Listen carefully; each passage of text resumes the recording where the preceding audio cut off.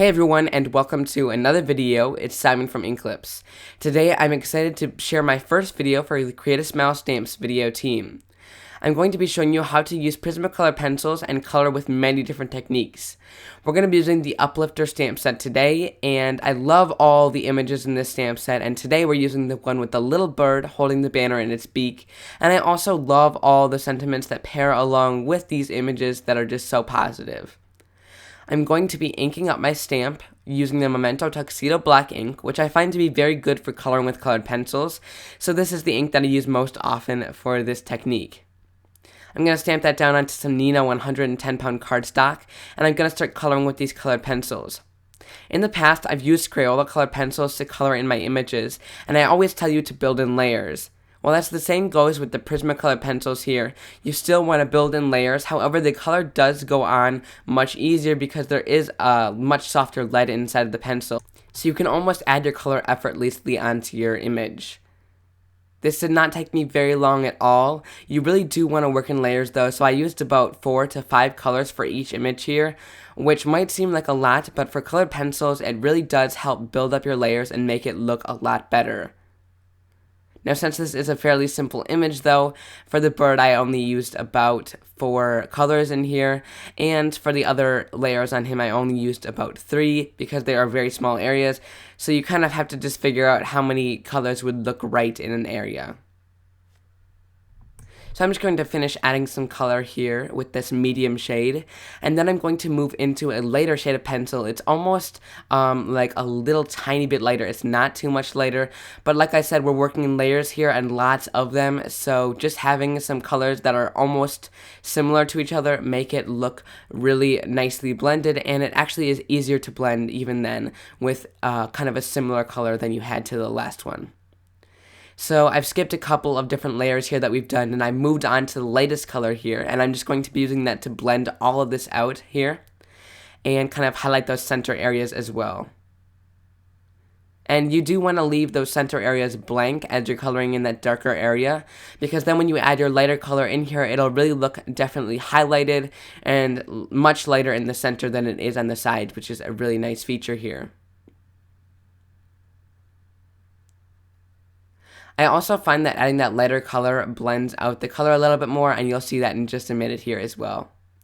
I'm going to add just a couple of darker colors here since I thought that the image here was getting a little bit lost and there wasn't enough shades in it. So I'm just adding some darker colors wherever any drop shadows would be here on the image or wherever it just looks good.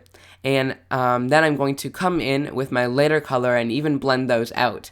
And I find, like I had mentioned earlier, that going in with one of your lighter colors and blending some darker colors out, or colors that didn't really blend very well, really works well with these Prismacolor pencils, and I really did like the effect that it was giving. When I would put that lighter color on top of those darker colors, it would almost fade out, but it still had that darker color look on there, so I really did enjoy how that looked after, and it blended out super nicely and gave the bird a nice effect there. Now for that top portion on its head, that little wobble I think it's called, I'm going to just add some different red shades in, and like I said, it's really easy and almost effortless to blend here.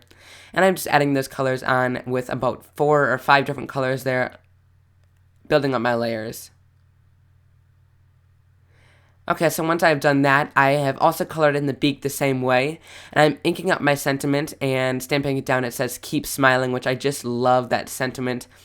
And I've stamped that first because these are wax-based pencils, so the wax does build up, so I would not be able to stamp on it if I had colored this in before it. So if you are planning on doing any stamping and then coloring, you want to make sure you do the stamping first, rather than doing coloring and then stamping.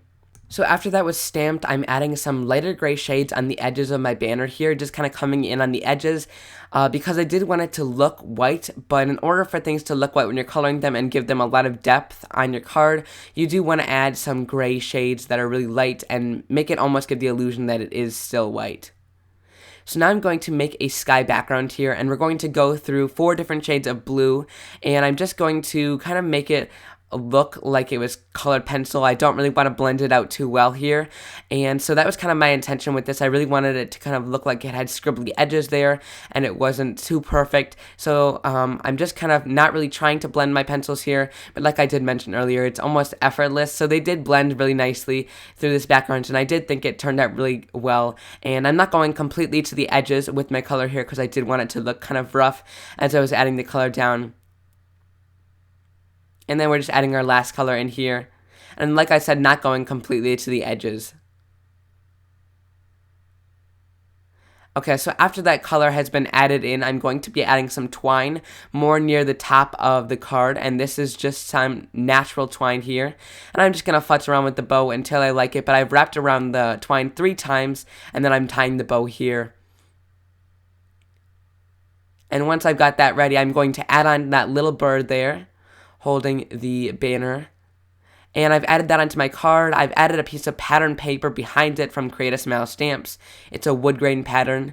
And then I'm adding some glossy accents to the background and the beak. And if you guys notice those little bubbles in the background, I actually did that with an alcohol marker to kind of remove some of that Prismacolor pencil and make it look like it was a sky. So I hope you guys really enjoyed this. If you did, please give this video a big thumbs up and subscribe to my YouTube channel, and I would really appreciate that. All the products that I've used will be listed and linked down below in the description or over at my blog, inklips.com. And if you stop over my blog, there will be much more information about this card and many others, so I hope you guys will go check it out over there as well. I really enjoyed using these Prismacolor pencils in today's video, and I want to send out a huge thank you to a viewer for sending them to me, and I can't wait to use them in more videos in the future. I hope you guys will try out some of these techniques, and remember, I'll see you guys in another YouTube video very soon. Bye!